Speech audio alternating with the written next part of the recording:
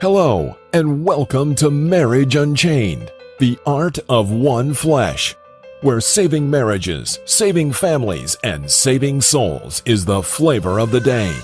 Now, let's join our host and author of Marriage Unchained, Catholic Alpha Radical, Jerry Jacobs Jr. Hello, I'm Jerry. Welcome to episode 8.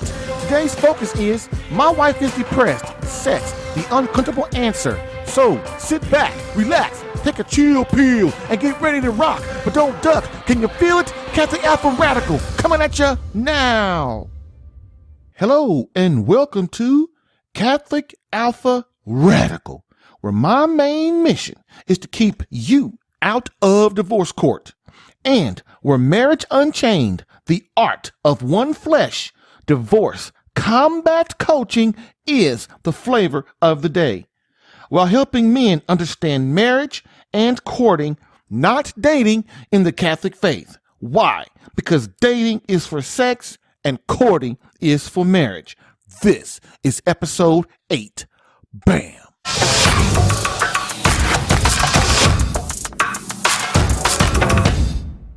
So, let's do this. The quote of the day goes, quote, "Marriage founded on sex, passion alone lasts only as long as the animal passion lasts.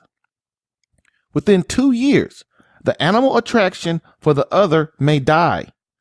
And when it does, law comes to its rescue to justify the divorce with the meaningless words, incompatibility or mental torture. Animals never have recourse to law courts because they have no will to love.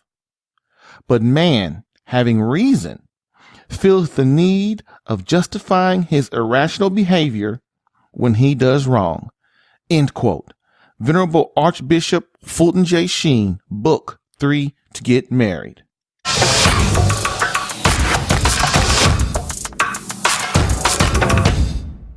Please remember to share this podcast with someone needing help in their marriage or relationship. Rate this podcast if listening on iTunes. Subscribe to this podcast if listening on CatholicAlpha.com to get new episodes in your email today.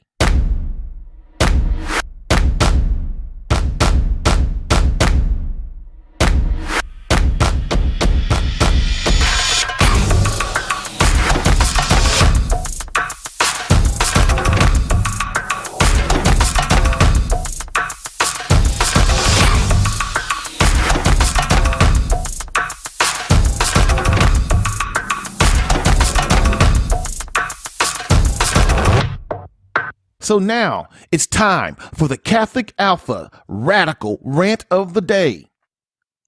And it's titled, "The Cowardice of Men, the Top 21 Reasons Men Have Caused the 2018 Scandal in the Catholic Church and Why We're Not Going to Take It Anymore." So before I start, again, this will be a 21 episode series, one per show. We are now up to number 8. Also understand that the infiltration by the Catholic Church with homosexuality and radical feminism, plus the watering down of the faith and the stripping away of the Latin Mass, was planned in order to destroy the morality of those within the Church, priests and laity, and is not the teaching of the Catholic Church. Why was this done? In order to destroy America's morality, which comes through God, the Catholic Church, in order to destroy America's family, which was ruined by feminism, and to destroy our patriotism, because American patriotism has always been strong. And this was done so that America would be susceptible to communist ideas. And why was this done? Because if they know how, if you can destroy morality, if you can destroy the family, and if you can destroy a country's patriotism, morality is gone and they're easy pickings. And it's time that we start understanding that. Many people, if you want to get more on that, you can listen to episode 2, which I go into depth about. There's also a video with that also. And many people also want to bash or leave the Catholic faith because of this current crisis. And that's a big mistake. You don't leave the church for Judas. You don't betray Christ. You stay where he's asking you to. You can't influence or change the church outside the church. If you leave, then who's going to have your voice? You change the church by instructing your family, your environment, your work area, and the society around you to help them understand the Catholic Church or Christian faith, so that they come to God and they don't abandon God. And it's very important that we begin doing that we begin evangelizing people and understanding that the reason you don't leave Christ is because that's what the evil one wants you to do. Now, also, we must understand that there are many Judases in the church. There are many people that, they go wherever the wind blows. They're not educated in the faith. They have no loyalty.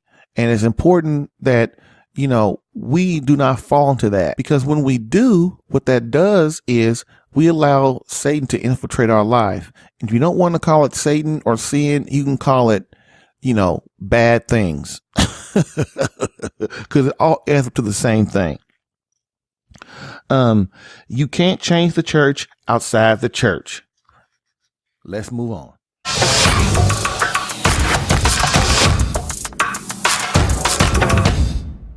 So let's get started with number 8 of the top 21 reasons that men are responsible for this 2018 crisis. But first, let's review the first 7. In the first Catholic Alpha Radical, number 1 was refusal to accept our role as men. Number 2 was we allow the men in the Catholic Church, popes, cardinals, bishops, priests, deacons, to water down the faith and dilute it.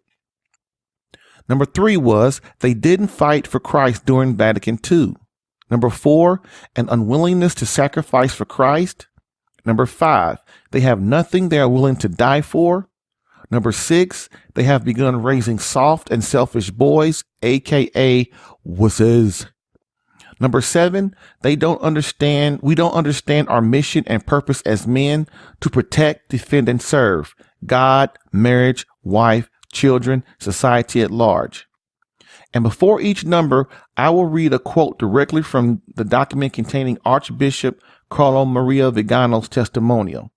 And why? This is so that you can understand the gravity of this situation and why people have and so that you can begin to spread this, so that it doesn't happen again.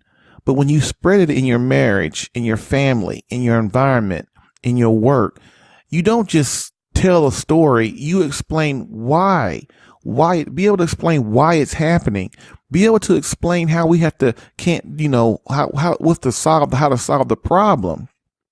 And the way you solve the problem is we must hold the laity, deacons, and priests that are in front of us on Sundays, hold them responsible for preaching the word the way it needs to be preached.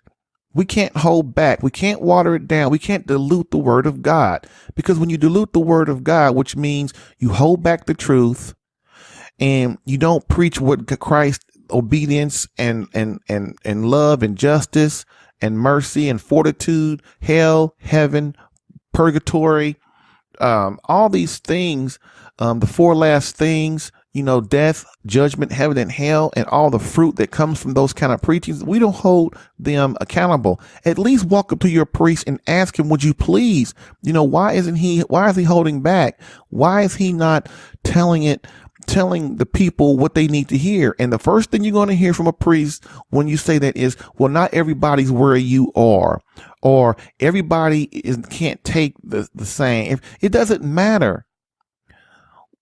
We are where we are today because of this type of thinking. And it's time for us, especially men, don't let the women go up and bash the priest. Men go up and ask him, make him accountable. And if you show, one thing I know about priests, if you show them that you're behind them, that will give them the courage to start to speak the truth of Christ and what God is asking of us as men. Okay. I'll place, like I said, I'm going to read this quote and I'll place a link to the full document in the show notes. Quote, in turn, I repeated them to Cardinal McCarrick at my first meeting with him at the Nunciature. The Cardinal, muttering in a barely comprehensible way, admitted that he had perhaps made the mistake of sleeping in the same bed with seminarians at his beach house. But he said this as if it had no importance. The faithful insistently wonder how it was possible for him to be appointed to Washington and as cardinal, and they have every right to know who knew and who covered up his grave misdeeds. It is therefore my duty to reveal what I know about this, beginning with the Roman Curia, end quote. So now we have firsthand, it's not firsthand knowledge, but it is knowledge coming from the source, that what he says, that Cardinal McCarrick admitted the things that he did, but to him it was no big deal. And why? Because over Cardinal McCarrick's life, no one has rebuked him. When he says something, no one loved him enough.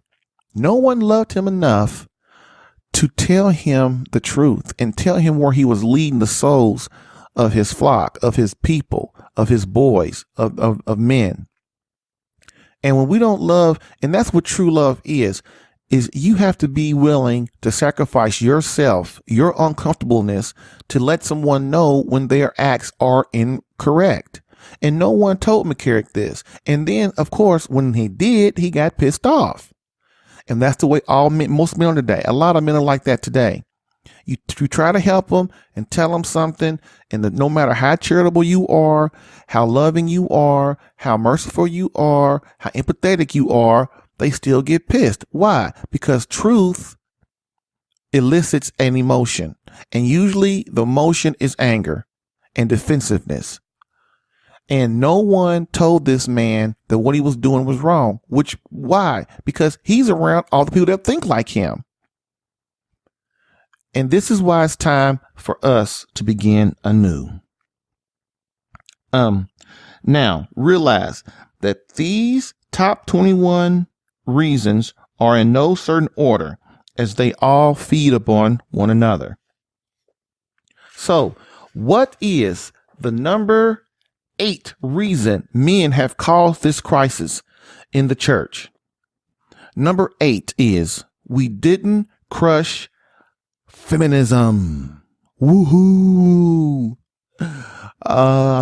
People gonna get on me for this one, but here's the deal. I told my wife the other day that men will do almost anything for sex.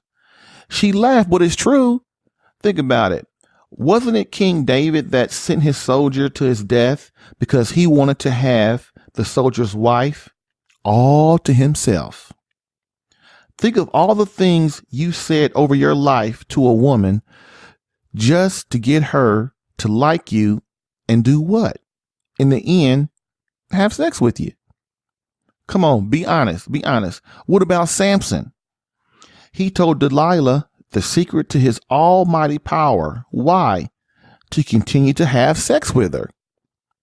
Sex is a powerful motivator for men. And you know what? Women know this instinctively. So what do? They set it up to get what they want. The other thing is, men will do almost anything to keep peace in their homes. We can't stand it.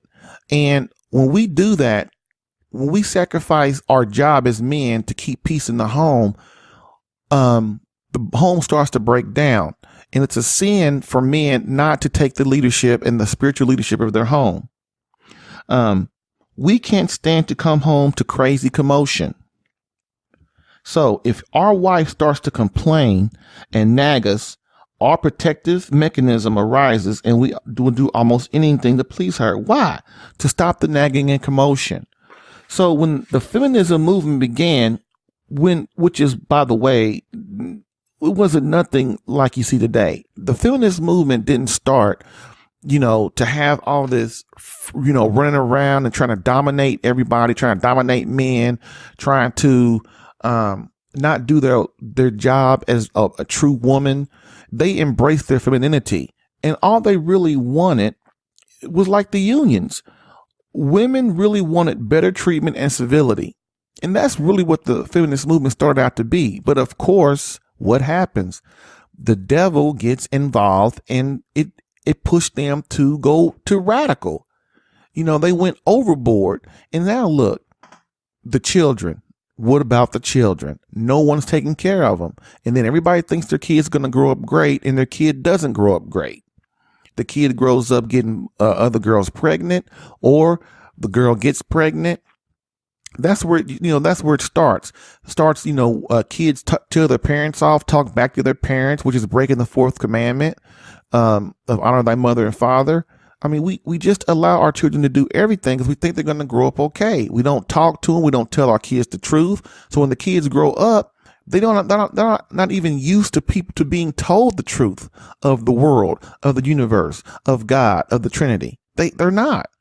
And today, everybody is, older people in their 40s, 50s, and 60s, and 70s, 80s, and 90s. They're all so-called distraught about why are kids growing up like this. They're growing up like this because you didn't do your job when you was raising them. So, women really wanted better treatment and civility, not to abandon their God-given talent as wives, mothers, and women. And I talked about that. Women, feminism really didn't start out for women to leave the home and abandon their job as mother, wife, and the nurturer of the home. Just as the unions got greedy, so did women. Why? Because evil never stops until men stop it. Evil never stops till men stop it. Until we stand up and start fighting back the evil in the church, until we stop fighting back the evil within our homes, and we start entering the battle daily to protect our homes through prayer, sacrifice, and suffering as Christ did, evil won't stop. Because again, I'm never going to stop saying it. There is a supernatural world as well as the natural, and you have to be respectful of the supernatural world because that's where the inner battles fought. So what happened was many men back in the day just let it happen. They just let feminism happen. They didn't fight it. And I can just imagine their thought process. So what if women wanted to vote? This is how men thought back then, probably. So what if they wanted to vote? That's cool. So what if they wanted jobs? So what if they wanted a career? So what if they wanted to get away from their children? So what if they didn't want to learn to cook? So what if they started? Man, all the women today that don't cook? It's ridiculous. They can't boil water. They can't cook an egg. Can't cook a piece of fried chicken. We marry them. We don't have, then you get married and wonder why you got diabetes and you having heart attacks and stuff because your wife don't know how to cook because you eating out at McDonald's every night. So what if women, if they started focusing on so-called sexual freedom? Yeah, women started focusing on sexual freedom. They get out, they go out and have sex with anybody they want. And they think they're in control. And like me and my wife were talking about today, women aren't in control. When you let when women allow men to have sex with them, they lose control. The man is in control now. Okay. And then what happens when the man dumps them? Then what happens over time is their hearts become hardened, and it makes harder for the next man to love them. So what if women stop wanting to understand how to take care of their husbands?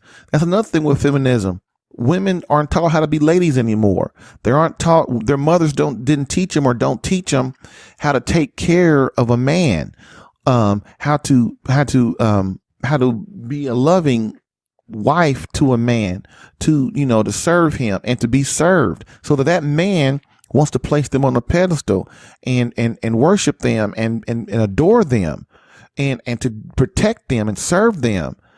See, most women, and then they get mad. Women, the problem with women, feminism has caused them to want to think they can have it all, and they can't have it all, man. They can't have it all. You can't have your cake and eat it too. You just can't. Why can't you? Because women aren't made for physical and a lot of mental labor. Okay, especially physical labor. So what happens? A woman, let's say she has a career, no matter what it might be. Maybe she's an office manager, or maybe she's a lawyer, or maybe she works in a factory. You know, maybe she, whatever outside the home. It doesn't really matter. When a woman works 8, 10, 12 hours a day, she comes home and she's tired. And I've heard a priest say, and not just a priest, I've heard people say, women have just lowered themselves to almost, you know, women were once the pinnacle of society. You know, it's been asked, why would they want to replace that with the dirt? I mean, now women are in the dirt. You know, what happened, you know, women are carrying, like the other day, like, well, one of my son's games, this one young cheerleader, she was like 14, 15 years old. And she's coming from the parking lot, and she had to go across the field, the football field, which is like 50 yards in high school, 55 yards, something like that. And so I'm sitting in the stands way, way far away.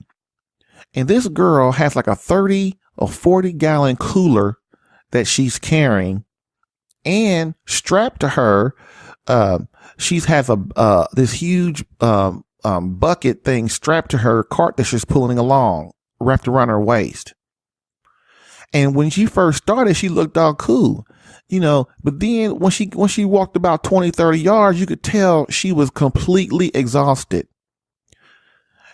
And she walked around the track, so really means she went further than the 50 yards. And then she started outside in the parking lot.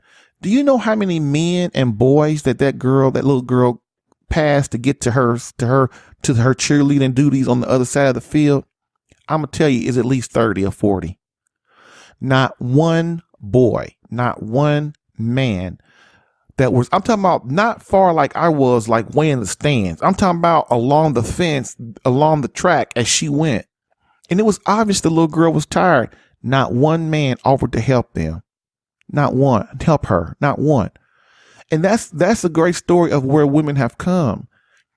A man used to want to help them, to not let them do anything laborious that would hurt them. That can hurt them. Why? Because instinctively men know that women aren't made for that kind of labor. Why? Because it wears them out prematurely. It wears out their body. It wears out their mind. When a woman works 12 hours a day, especially in a physical job, she comes home. She don't want to take care of no kids. She don't want to cook any kind of dinner. She don't want to nurture anybody. She don't want to take care of her husband, let alone have the marital embrace with him. Women have abandoned the home, which what? Abandoned their marriage and abandoned their children.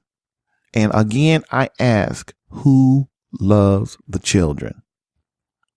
Now, so what back in the day when feminism started? So what if they wanted to stop sacrificing their lives for the nurturing, raising, and education of their children? So what if women don't want to, sacrifice for anything? They want to do what they want to do. The way a woman sacrifices, not like a man sacrifices. A woman's meant to sacrifice. A man's meant to sacrifice by he's held responsible for his marriage, his family, society, the earth at large. We are with that, which means we are called to suffer and sacrifice like Christ, to give our life away every day for Christ and for our wife and for our children, but mainly for our marriage. We need to put that up forefront. And so we are here responsible. And anybody that has had any kind of leadership responsibility, you understand how taxing being a good leader is. So women, how are women? Women aren't tasked with that. What are women tasked with? Women are tasked with the raising and nurturing of children through the help of their husband. That is their sacrifice. That is a woman's sacrifice. Her sacrifice is bringing sacrificing her life, her career, her whatever her wants and desires are for that of her children and her husband. Why? Because without the mother in the home, just as with the father, kids are grown up and they are disordered. They are disformed. Everybody's taking medications. Everybody's going to psychiatrists and nobody's going to confession. Everybody's taking all these pills and stuff and it's killing them and is making them disordered and making them even more disordered than 50, 60 or 100 years ago. It's important when women don't sacrifice and give their life, just as with men, the family and marriage fall. And when that happens, the evil one sets in. Okay. Next. So what if they want to start taking birth control? So what comes with that with feminism is women they want to take birth control. They don't want to have kids. Kids are a bother. You know, and really women don't really feel that way. They're going along with the crowd. You know, it's easy to not have children. It's easy not to sacrifice. It's easy not to understand that life is a test for you as a woman. Will you be obedient? Will you follow God? Can you help your husband get your family to heaven? Can you pray for your boyfriend? Can you lead him to holiness? Can you lead him to want to marry you without trying to dominate him because, you know, you're a feminist. You're a feminazi. Also, so what if women wanted divorces without any cause? Yeah, women they want to divorce their husband. We're not talking about men today. We're talking about women today on the Catholic Alpha Radical show. Okay. We're talking about women, and women, they go and get divorced from their husband too. Most of the time, I know it's a lot of the men, but a lot of times it's the woman's fault. Well, the woman's fault because she's not controlling herself. She's not sacrificing. She's not serving. And when that happens, you drive your man away. If you're a woman and your husband or your boyfriend ceases to want to spend time with you, you have a serious problem. If he's doing everything he can to stay away from you, you have a serious problem. Your marriage is on its way out. Your relationship with your boyfriend is on its way out. And that's the truth. No, you can't control a man. No man wants to be dominated, especially by a woman. Why? Because instinctually, that is not the way the natural order is set up. And every time, if you notice, every time someone in their marriage or in a relationship, people go above or go beyond the natural law of the 10 Commandments, you know, then what happens? Problems start, you know, just like when you have sex outside of marriage, which is what? Adultery, commandment number 6. You know, you have sex outside of marriage. What happens? You have a baby. Then what string does that bring? That brings home single motherhood. Because look, once you have a baby, most dudes, they out of there because they were selfish in the first place. That's why as a woman, you shouldn't give yourselves away to a man, because once you do, he now doesn't see the urgency to do right by you. Next. So what if they wanted to abort their babies without you even knowing it? I might add. Yeah.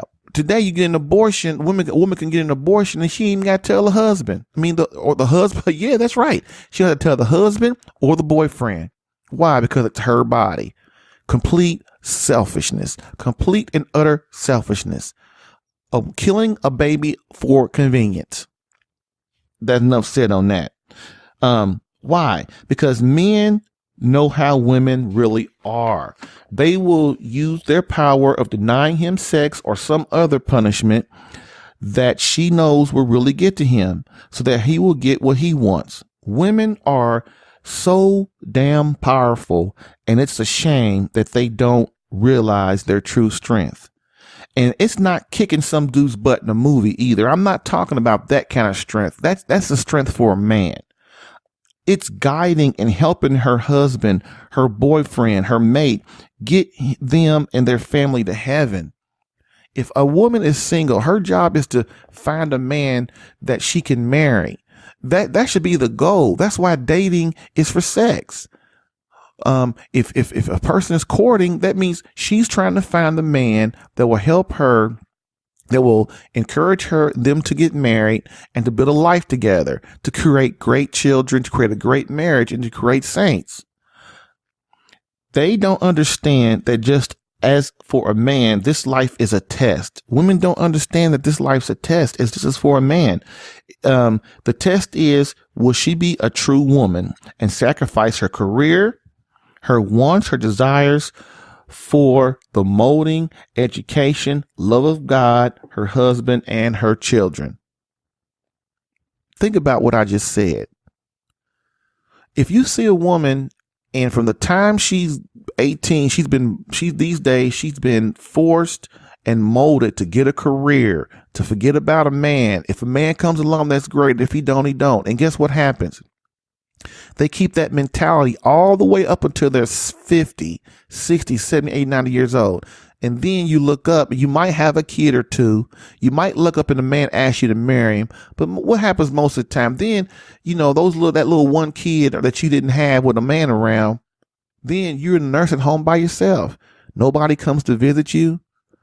You get sick. Nobody's there but a nurse or something. You spend your elderly years in your life. That's why people these days put their parents in nursing homes, because the way the kids were raised to be selfish, to only consider their things. Now, kids seem to forget when their parents get 60, 70, 80 years old that their parents wiped their butt when they was a kid. And that is their responsibility to take care of their parents when their parents are older. Why? Because your parents took care of you. That is not in the culture today. Why? Because of selfishness, because there's no God around, because of feminism, which is what the communists wanted to do, to infiltrate and tear down the family. It worked, hasn't it? Think about what I'm saying. Many men tried to resist and fight feminism, but it spread because, just as with everything Satan presents, at first it sounds good, logical, and true. But let's look at how great feminism truly is, especially radical, crazy feminism. Now, women age much faster. Their beauty fades much quicker. Why? Because of all the different sexual partners. When a woman has, it's not like a man. When a woman has a lot of sexual partners and stuff, it wears her down physically and mentally, and spiritually it harms her soul. That's why why are we saying God is asking you to wait until you're married to have sex? Because God understands the pain, the sorrow, the misery a woman goes to when she allows a man to infiltrate her body and she gives it away. Please understand what I'm saying, man. Come on. Also, which destroys them emotionally and psychologically. They have too much responsibility. Women have too much responsibility, which weighs heavily on them physically, emotionally, and spiritually again. Women are not supposed to have tons and tons of responsibility. If you ever see a woman at your job that has a lot of responsibility, yeah, sure, she tries to put on makeup in the morning, tries to fix her hair and stuff. But in offices especially, I've seen women come to work and most of them look bad. They look not bad as far as attractiveness. I mean, they look bad like they're totally wore down, that they're totally, that they're tired and exhausted. Why? Because women are not meant for this kind of work. Okay. Next, they are completely wore down. Now that they have assumed the role as the man of the house and head of society, they are completely miserable. I heard a priest say, women, if you look at a feminist, they're miserable. Feminazis are miserable because they're trying to do something that they're not. They're trying to be a man, trying to walk like a man, talk like a man, raise their voice like a man. And men really don't respect them like that. Men respect women. They respect femininity. Why? Because we're ordered that way. God ordered us that way. Of course, they all try and deny it, but we all know it's true. Why? Because they're always trying to get men to do something to help them. If you're a real woman, if you're a real man and you're a woman trying to be a man, why are you asking, if you're so happy and everything, why are you always trying to get men to do stuff? You want them to buy you flowers still. You want them to You want them to have good sex with you still. You want them to take care. You want them to have money and give you things still. You want them to do your bidding still. If you self-sufficient, hey, you don't need anything from a man. And that's not true. We all know it's a lie. And women, feminists know it's a lie too. And men know it's a lie too. But what they don't know is men will continue to do nothing as long as they keep trying to dominate him and society. Why? It's called the curse of Eve. During the fall, Eve tried to manipulate and control Adam by eating the apple and then coming him into eating it, which displeased God. So Eve ate the apple, then she felt bad, so she conned Adam into doing the same thing. Basically, Adam didn't man up and maintain his duty and God-given right as head of the household, everything in this realm. He became emasculated and effeminate. So after the fall, God punished Adam by making it almost impossible for him to satisfy and please his wife, which is why you get the curse of Eve. This also made it harder for her to submit her will to God, which also made it harder for her to submit herself to Adam's authority. Remember, authority, the natural law is God first, husband, wife, children. And it's like that for real. And that's the reason it's like that is because God set it up like that for the protection of the children and the protection of the woman. Why? Because she's physically not as strong as a man, and she needs protection, and not just protection the way her emotions are set up for nurturing for children. Her emotions and her psychological self needs protection. That's why it used to be in the olden days, fathers would not let other men near their daughters. Why? Because women can be easily manipulated sometimes into giving their bodies away, into giving their gift away, and not protecting themselves. In their ears and their emotions can sometimes get them to do things that are not as logical when they think a man loves them. This also made it harder for her to submit her will to God, like I said, which is in embracing the natural order of God. This is why when women try and control men, they rebel. And this is why women will never truly be happy and fulfilled until they submit to their husbands and ultimately God.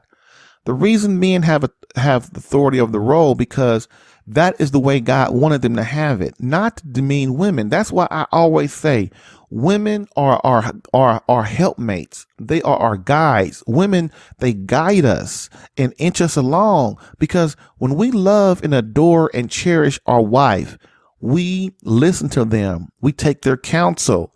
We treat them like a human person. And when men do not follow Christ, what happens is they start to do their own thing. And then men start to lead their families and their wife and their marriage towards Satan and bad and evil, which is why bad things happen in your marriage and in your home instead of toward holiness, God and the Trinity, and good. This is exactly what's happened to not just the Catholic Church, but in most, if not all, Christian religions. The church is a bag of emotional, crying, slobbery, in-charge women, which does what? Help rebel the men, and they want nothing to do with Christ. Why? Because men aren't stupid. They see they really aren't needed and welcomed.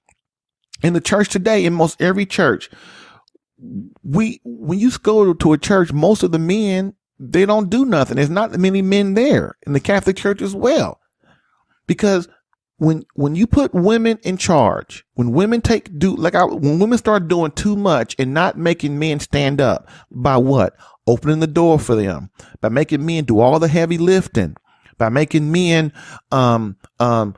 lead ministries and lead and start things, by not making men go to work. When women start doing all these things, the men instinctively start to say, well, she don't need me. They don't need me. I'll go somewhere else. And that's why men are always trying to go fishing and hunting and watch sports and getting away from their wives and their girlfriends.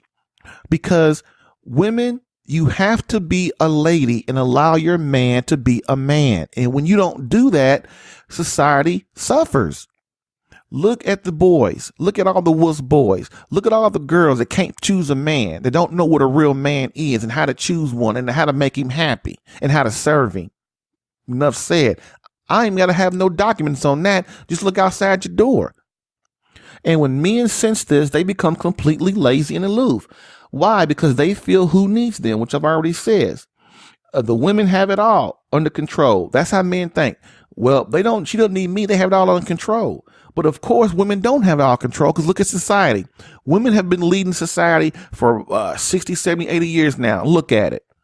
We're killing millions of babies. We got over 50% divorce and taking contraception. You know, women and everything's emotional and slobbery. No one thinks in logic these days. Everybody thinks in emotion. When it comes to Christ, everybody thinks on emotion instead of logic. You know, we have to understand the love of Christ is not about emotion. It's about logic. It's about an act of the will. You love with your will. You don't love with emotion. Because when you love with emotion, today, emotions are fleeting. Today, you might love your husband, but tomorrow you might not love him.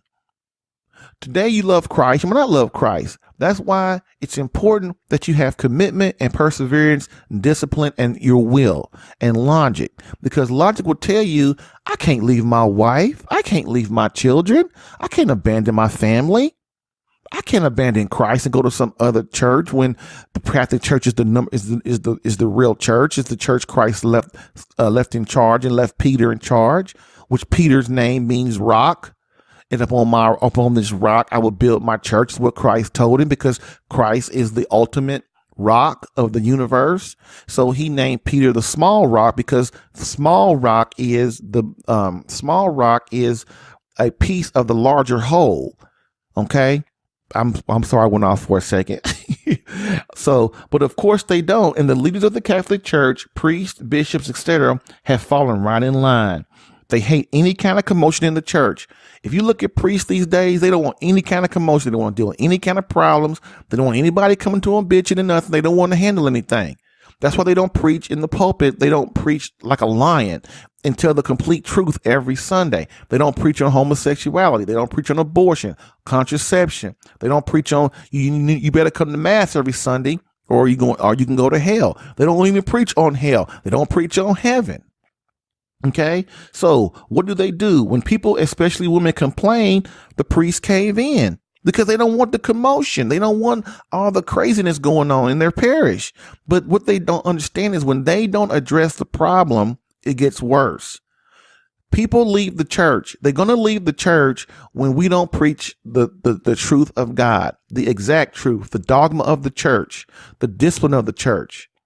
Okay, the doctrine of the church. So God once again has pulled back his grace and made the church more unruly, more susceptible to evil. Why? Because until men man up and assume their proper roles, which will compel women to take their proper roles, the church will continue to suffer greatly. You have to understand, when men don't take their roles, women don't take their roles.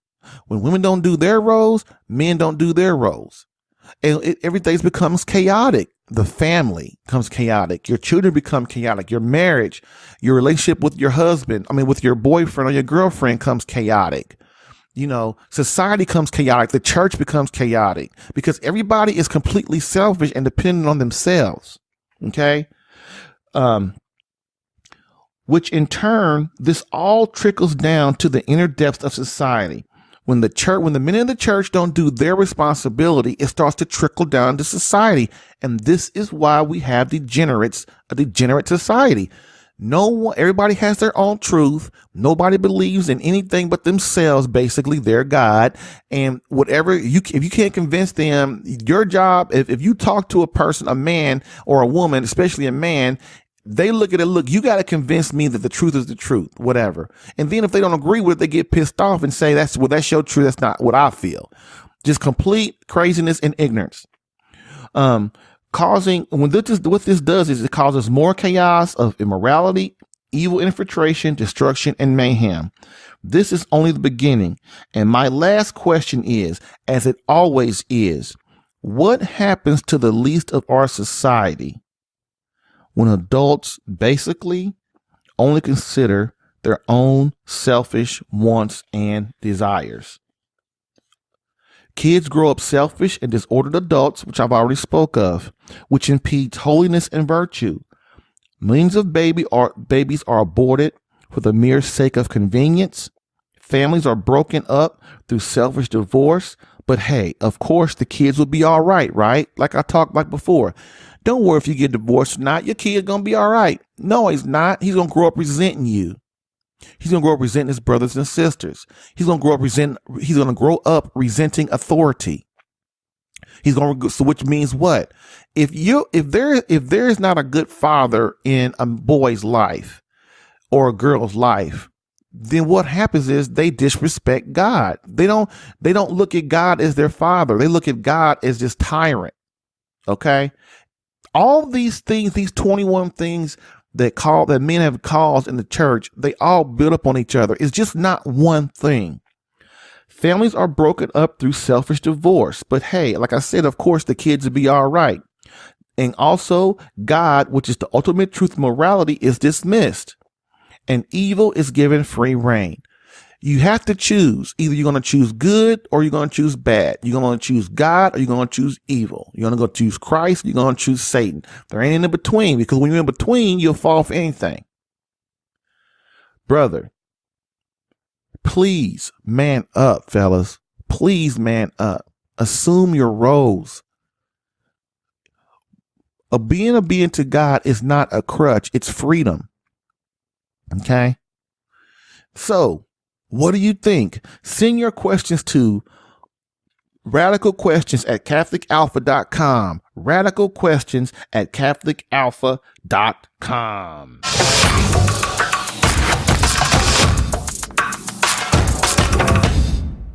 Please remember to share this podcast with someone needing help in their marriage or relationship. Rate this podcast if listening on iTunes. Subscribe to this podcast if listening on CatholicAlpha.com to get new episodes in your email today.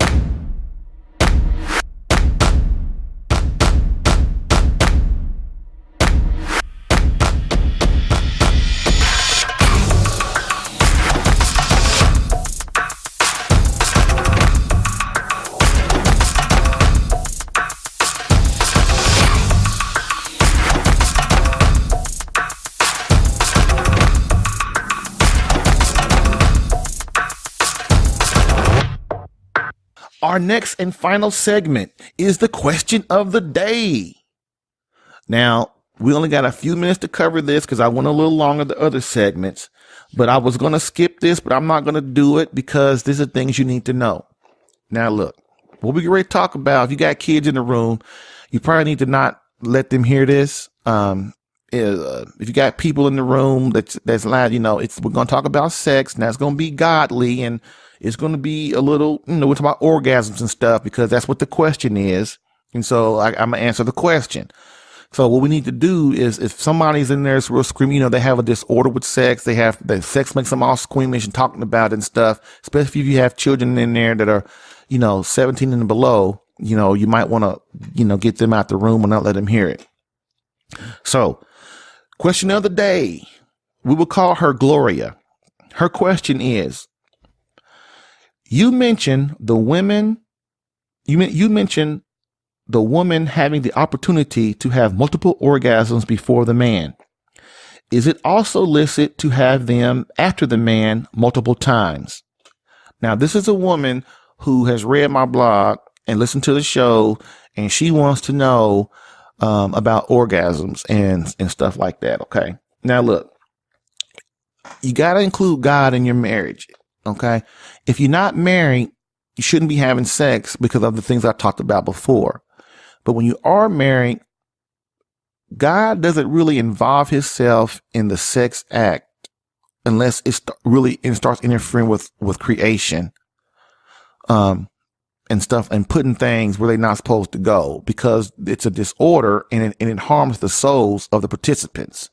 So her question again is, you mentioned the woman having the opportunity to have multiple orgasms before the man. Is it also licit to have them after the man multiple times? So my answer to her is, It's important that you understand orgasms for women are extremely important, even more so than men. Why? It has to do with psychological and emotional benefits. According to St. Pope John Paul II, it disrespects a woman as a human person when their husband fails to provide them with at least one orgasm during the marital embrace. Now, look, you have to understand, men think that orgasms are more, climaxes are more important for us than women, and it's not.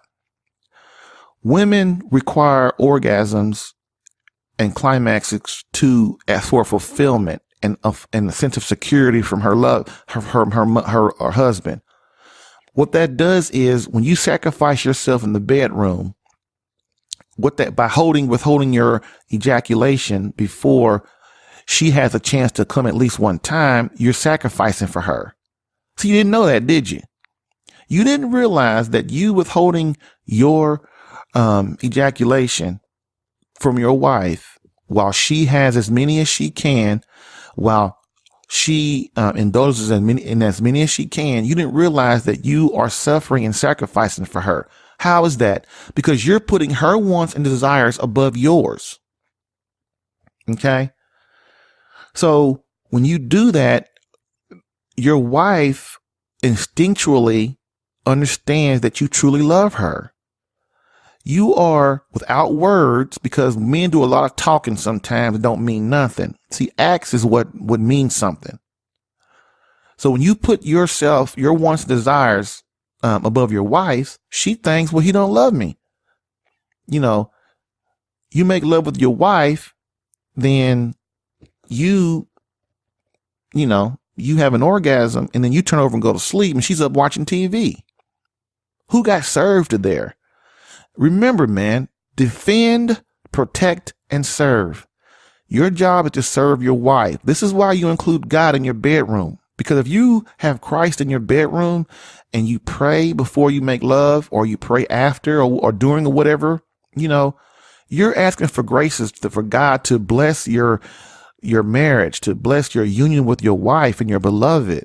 You're asking God to give you the grace to serve your beloved wife, to satisfy and fulfill her. That's why orgasms for a woman is way more important for a dude. It's an emotional, a spiritual, and a psychological thing. Okay? Next, a wife can only have, so I'm going to say the question again. You mentioned the women having the opportunity to have multiple orgasms before the man. Is it also listed to have them after the man multiple times? My answer again, my next part of the answer is a wife can only have multiple orgasms, meaning 2 to 30 or more, if in one lovemaking session, if her husband has her complete interest at heart and completely ignores his wants and desires. This requires complete loss of ego and his own selfishness. Orgasms for a woman, like I said, is important. And this is why the Catholic Alpha Radical, we try to teach you that you have to learn how to withhold your pleasures and desires for that of your wife. If when you first start making love and trying to give your wife multiple orgasms, depending on her inhibitions, it might be 10, 20, or 30 orgasms. And I know this is not how Catholics usually talk. But man, I'm trying to get you, the art, making love mastery is part of the deal. Okay. You have to learn how to satisfy your wife. You have to learn what she needs, because women will go out and mess around on you.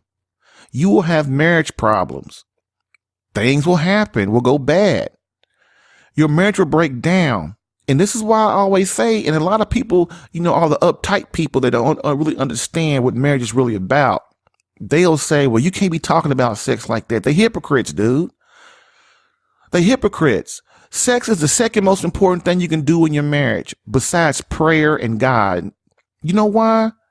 Because if you are making love to your wife and satisfying and fulfilling her completely as a woman, dude, that's what builds closeness in your marriage. She will submit. She would be your helpmate. She will support you in everything you do. The marital embrace is one of the things that makes this move along. And as a man, if all you're doing is getting on top of your wife and, getting your pleasures, and then moving on, or every now and then, you give her some good pleasure or whatever, that's not making love, dude. It's not. You can have a baby that way. And sure, according to the Catholic faith, according to Christ, your wife can't turn you down for sex and she can't turn you down for sex. It's a mortal sin if you do. But let me ask you this. Who in the heck wants to have sex because it's their duty all the time? Sometimes you want to, as a woman, she wants to have sex because she wants to make love, true love to you. Because why? She feels close to you. And if all you're doing is satisfying your wants and desires, and she's second, you're going to have problems, dude. You're going to have problems. Okay? When you are making love with your wife, you never, ever, ever, ever say to yourself, think about yourself. Is you take your ego and put it to the side and you only focus and concentrate on her. And when you do that, you're serving her. You're loving her the way she's asking. You're loving her the way she needs. And God smiles on that. Because it takes three to make love, dude. That's why Archbishop Fulton J. Sheen wrote his book back in the 50s called Three to Make Love. It takes three, dude. It takes three. You, your wife, and God. And when you put your wants and desires and needs above your wife, you are letting your ego interject itself into your bedroom, and God's going to leave. Okay? So, next, I'm going to read the question again. You mentioned the woman having the opportunity to have multiple orgasms before the man. Is it also licit to have them after the man multiple times? So my next phase of that answer is, I'm sorry to say, but your husband having the ability to give you the gift of multiple orgasms after his first is very rare and unlikely, unless he is 18 to say 25 years old. Then his vitality is really high. After that age, especially if over 40, he must hold back his complete satisfaction in lieu of yours above all else. This means he must not ejaculate before you have reached complete and total satisfaction, which, depending on your inhibitions, inhibitions means the pain in your life, how many sex partners you've had, and the walls you've built up over the years, could be as much as 20 or 30 or more. Okay, you got to understand, man. This is why I tell you that orgasms are very important to women. Way more important than you. And like I was saying earlier in the show, when you as a man sleep with a woman and you're not married to her, and then you dump her and move on, because if you don't marry, there's only two things that can happen when you sleep with a woman. Either you're going to marry her or you're going to dump her. That's inevitable. One of those two. If you don't marry her, you're going to destroy her soul. She's going to build up these walls, and she's going to create, which is going to be inhibitions. So when the next man comes along, she is going to, how much he's going to have to work to get close to her and next to her. Because women learn. Most of them anyway. Some of them, they don't, but most of them do. They ain't stupid. And so when I say a woman might need 10, 20 or 30 or more orgasms, that means that she needs those for fulfillment, and this is showing her that you love her completely and you're all in. You are completely sacrificing yourself for her desires. Now, over time, she won't need as many. But when she has all these inhibitions and she has walls built up over, from the pain in her life, maybe her mom, dad at an early age, maybe a lot of men have used her and abused her. Maybe she had an abortion.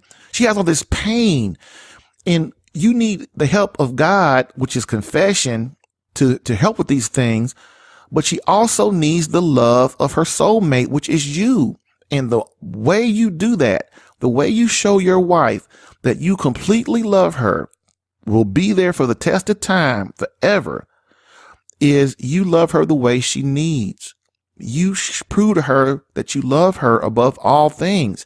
And that is sacrifice. And the only way, the main way you do that is through prayer and sacrifice to God. And the second way you do that is in the bedroom by showing her that you are putting her needs, her wants, her desires above yours. And you do that by not ejaculating all over the place, by you holding on and controlling yourself, just like in regular life. You control your anger. You have to control your anger. You have to control your passions. Men's job throughout our whole life is to control our passions and our desires and our inhibitions, and to control everything. We have to control our everything. Why? So we can serve others. Moving on. So when a man orgasms, it basically consumes 50 times more energy than when a woman orgasms. In short, a woman's orgasm costs her an energy 1/50th that of a man. So what I'm saying is, this is why I was saying that when a man, especially when he gets over 40, he can't be ejaculating every time he's with a woman. With his wife, he can't. Because why? You're going to start developing impotence, which means what? You're not going to be able to, maintain an erection because your hormones are gone. Okay. These people in these doctors' offices in this society trying to tell you to take all these pills and stuff. You don't need that, man. First of all, pills have toxins in them. If somebody's giving you hormones, that's a toxic, dude. You're going to destroy your body. What you have to do is learn how to control yourself. Okay.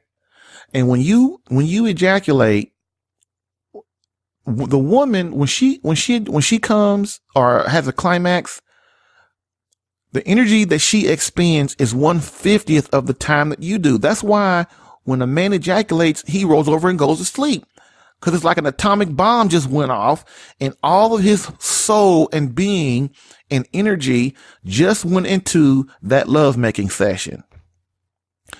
And that's why if you don't give your woman the equivalent, which depending, like I said, on the pain in her life and the wall she's built up, if you, let's just keep it simple and say 20, you don't give her 20 climaxes, which is, we'll say is the equivalent of your one, you're going to turn over and go to sleep, and she's going to still be up, all this energy watching TV and stuff.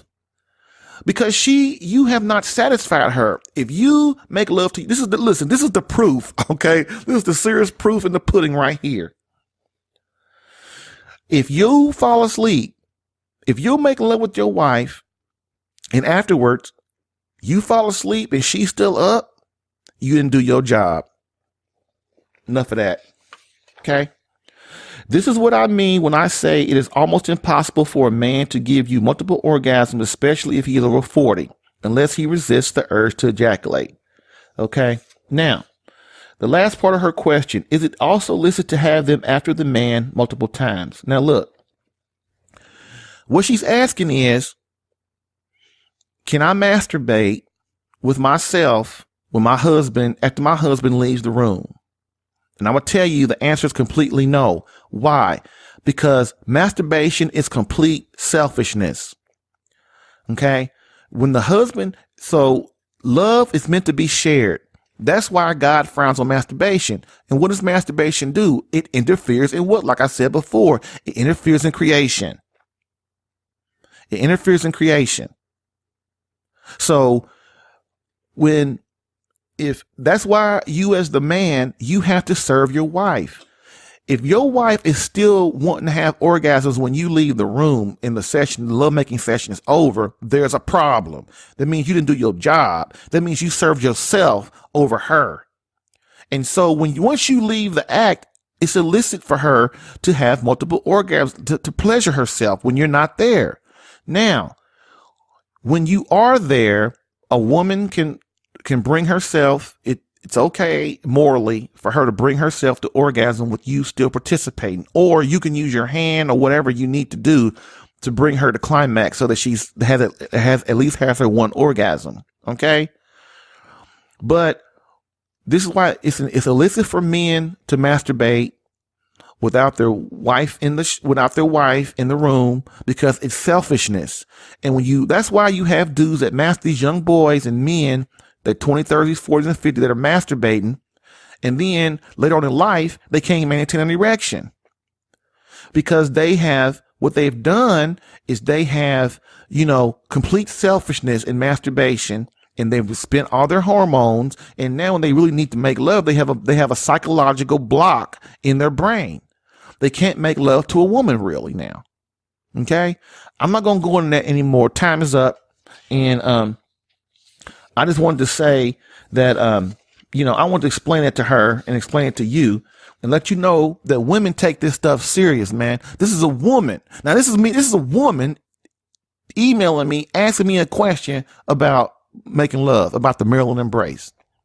So that lets you know what I just said is serious stuff. And if you think you're going to get away with it by not satisfying your wife over years and decades, man, you got another thing coming, dude. The most important thing in your life, in your marriage, is prayer to God, sacrifice and suffering. And the second most important thing is the marital embrace, because it builds closeness with your wife. It makes her understand that you love her, that you're all in. Okay? Bam.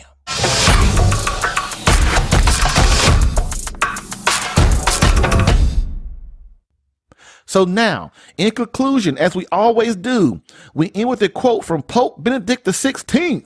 Quote, "Society offers you comfort, but you weren't made for comfort.